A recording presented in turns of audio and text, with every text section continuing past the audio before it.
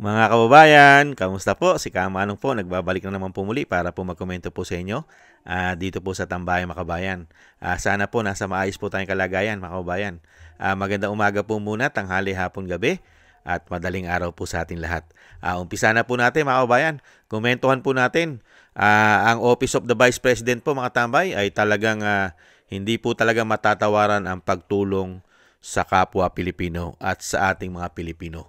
Talagang lingkod bayan po ang Office of the Vice President sa pangunguna po ni BP Sara.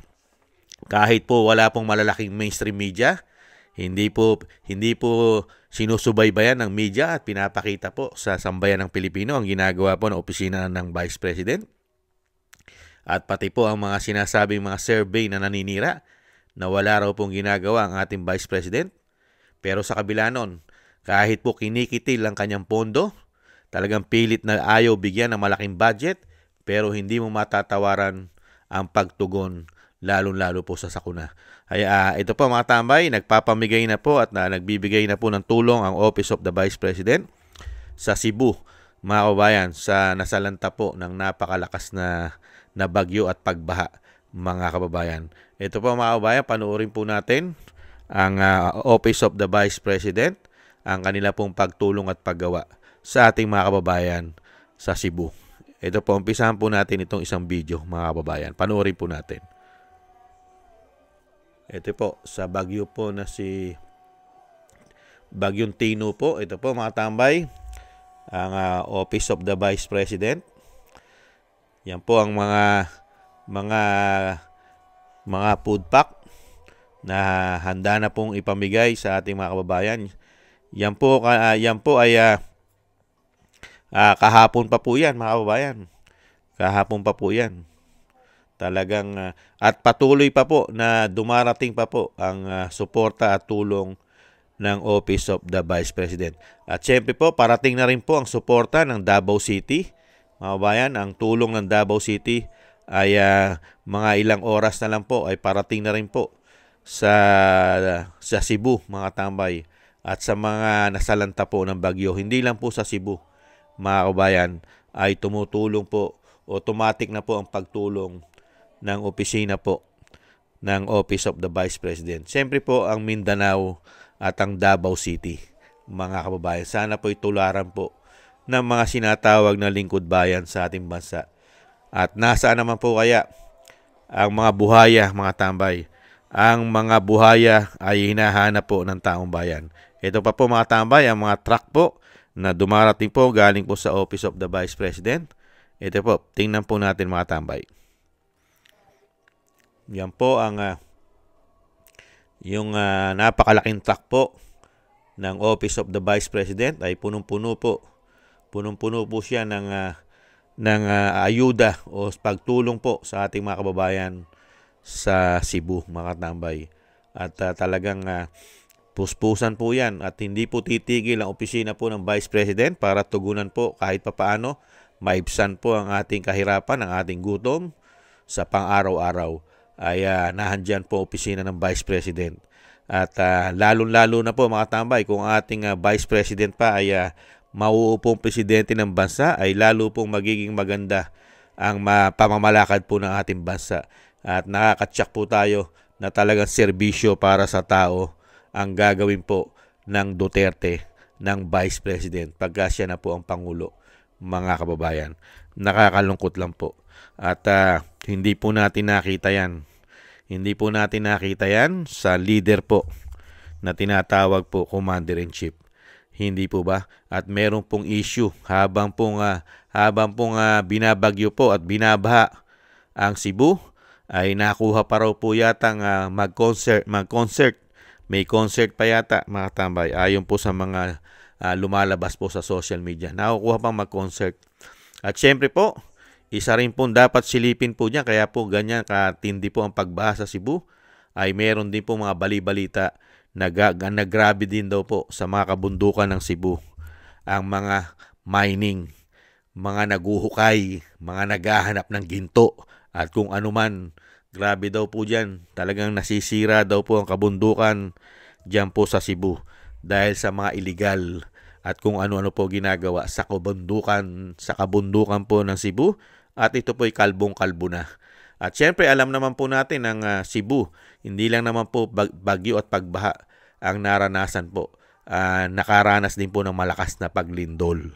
Hindi po ba mga kababayan? Kaya po napakarami pong pinagdaanan po ng ating mga kababayan sa Cebu.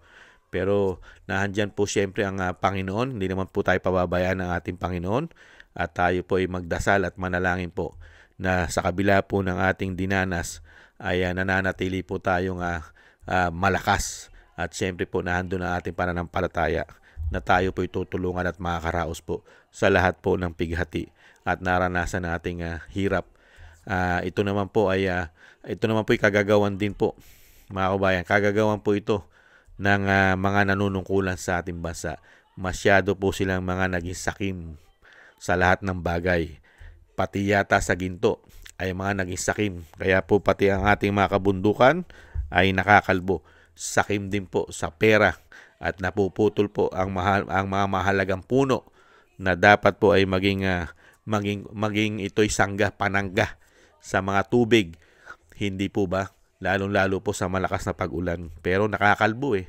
At syempre po, ang pagiging gahaman po sa pera sa buwis ng taong bayan. Imbis na ang proyekto ay buhusan po ng napakatibay na programa, katulad po ng issue ng flood control sa Cebu, ay binuhusan po na hindi bababa sa 26 billion ayon kay Governor Pam Balikwato. Ay wala rin po yatang nakita ang ating mga kababayan sa Cebu doon po sa tibay o sinasabing makakatulong sa pagbaha o sa malaking pagbaha ng Cebu. Yung 26 billion, hindi raw po nakitang nakatulong ang 26 billion. Pero sa kabila ng mga tambay, ay nadanasan na po natin ang ganitong sistema at lagi na pong ginagawa ito ng mga demonyong politiko sa atin. Kaya po sana po, maging aral din po sa atin to na silipin din po natin at pag-aralan ang mga politiko na iyahalal natin at maglilingkod sa ating bayan. Marami po dyan mga nagbabalat kayo. Akala mo mababait. Mababait ang itsura. Mga hindi makabasag pinggan. Pero ang kaloob-looban nito ay kambing, mga kabayan, hindi tupa. Hindi po ba, mga kabayan? At syempre po, mga kabayan, nagpapasalamat po tayo sa Office of the Vice President. Talagang hindi mo matatawaran ang sinasabi nga po natin pagdating po sa aksyon. Ang Office of the Vice President, ang pamilya Duterte, pagdating po sa aksyon at pagtulong at paggawa, lalong-lalo po sa ganitong sitwasyon, sakuna, kahit anong sakuna, nahandyan po lagi ang opisina ng Vice President para handang tumulong po sa atin sa abot kaya po ng kanyang budget at pondo na binibigay po nila sa opisina ng Vice President. Kaya po napaagaling po ng utak ang utak ng Vice President. Siya lang po ang nakagawa sa lahat po sa kasaysayan ng ating bansa. Siya lang po ang nakagawa at nakaisip na maglagay po ng napakaraming satellite offices ng Office of the Vice President para po makatulong ng mabilis, direkta sa taong bayan, lalong-lalo po sa mga ganitong sitwasyon na mga kalamidad. Napakabilis dahil lahat po yan ay nilagyan niya po ng mga sinasabing pangmabilisang rescue kahit po sa sinasabing pagkain man lang o inumin ay nahandyan na po ang suporta ng Office of the Vice President. At syempre po, ipinagmamalaki po natin ang mga ganyang idea na direkta sa tao ang pagtulong ng mga politiko na katulad po ng mga Duterte. Hindi po natin nakita yan sa maraming politiko sa panahon po ng binagoong Pilipinas. Mas marami po tayo nakita na mga buhaya. Mga buhaya po ang napagkikita natin, mga kabayan, sa panahon po ngayon. At napakarami na pong basag ang buhaya po ngayon, mga kabayan. Bago po tayo magtapos, pakinggan po muna natin ang mga buhaya po. May mga napakarami na pong buhaya. Imbis po ang nakikita po natin ay paggawa at pagtulong sa ating bansa, ang nauso po ngayon. Hindi po build better more ang nauso po. mga kabayan, sa ating bansa. Hindi po katulad na kay dating Pangulong Duterte, ang lagi pong naiisip natin yung kanyang build. Hindi po ba? Pero sa panahon po ng binagawang Pilipinas, puro pahirap po ang dinanas natin. At ang matindi pa, napakarami pong buhaya ang napagkikita natin. At ito'y pinangalanan po ito ng ating makabayang vlogger. Pinangalanan niya po ang napakaraming buhaya po sa ating bansa. Pakinggan po natin ang mga pangalan po ng mga buhaya dito po sa ating makabayang vlogger, mga tambay. Si Kuya JC. Ito po ang sinabi ni Kuya JC sa mga buhaya, mga tambay, na nagpapahirap po sa ating bansa. Mga uri ng buhaya sa Pilipinas. Una, Crocodylus contracturus. Ito yung buhayang malakas sa mga substandard at ghost projects. Pangalawa, Crocodylus dpwhus.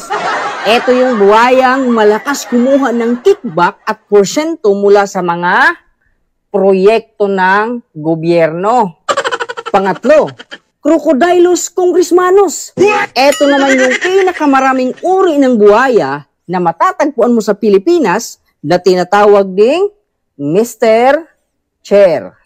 At ang pang-apat, Crocodylus tambaluslos. Ito naman yung pinaniniwala ang pinakamalaking buhaya na makikita mo sa Pilipinas.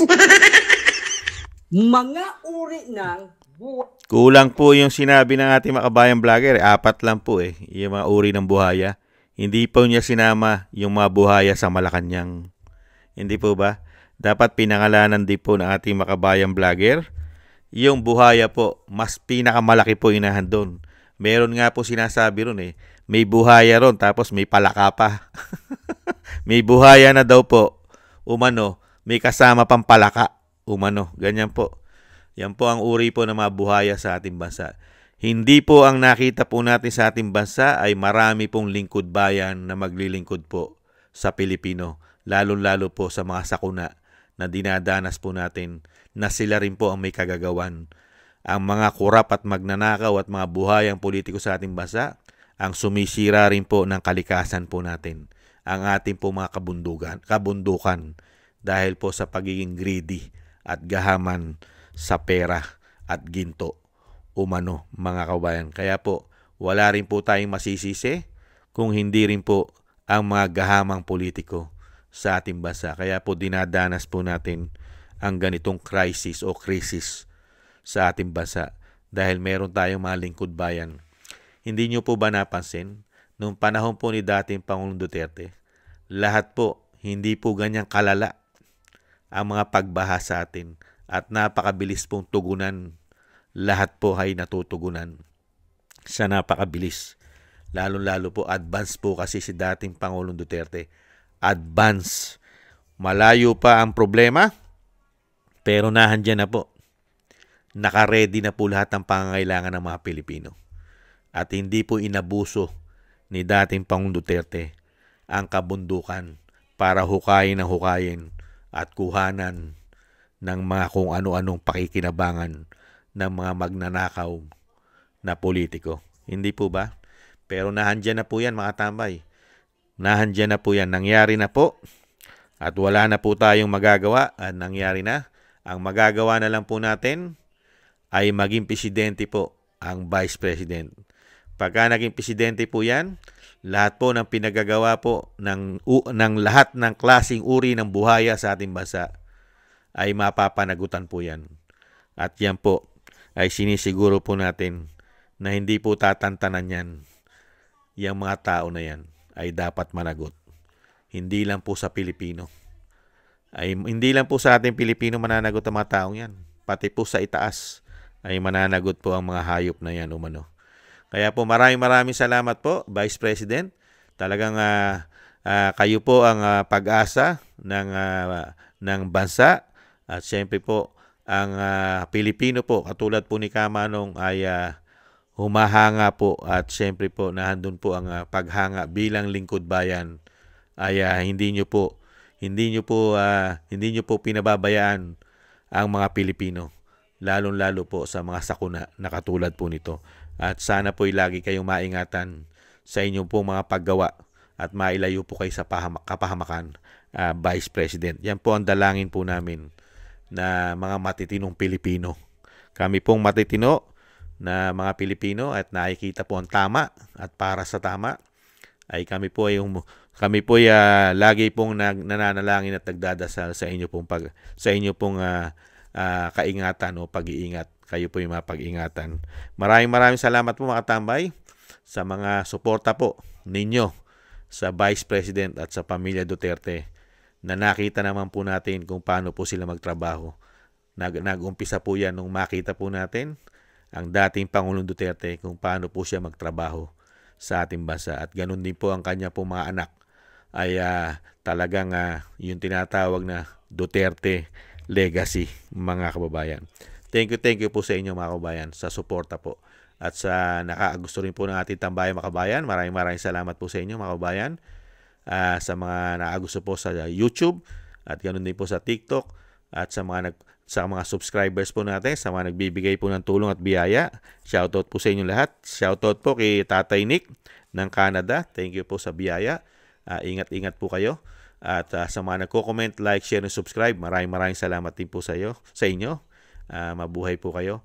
At yung panalangin po natin sa ating bansa, syempre po na mawakasan na po ang kasamaan po ng mga politiko at ng lahat ng klase ng uri ng buhaya ay mawakasan na po sa lalong mabilis.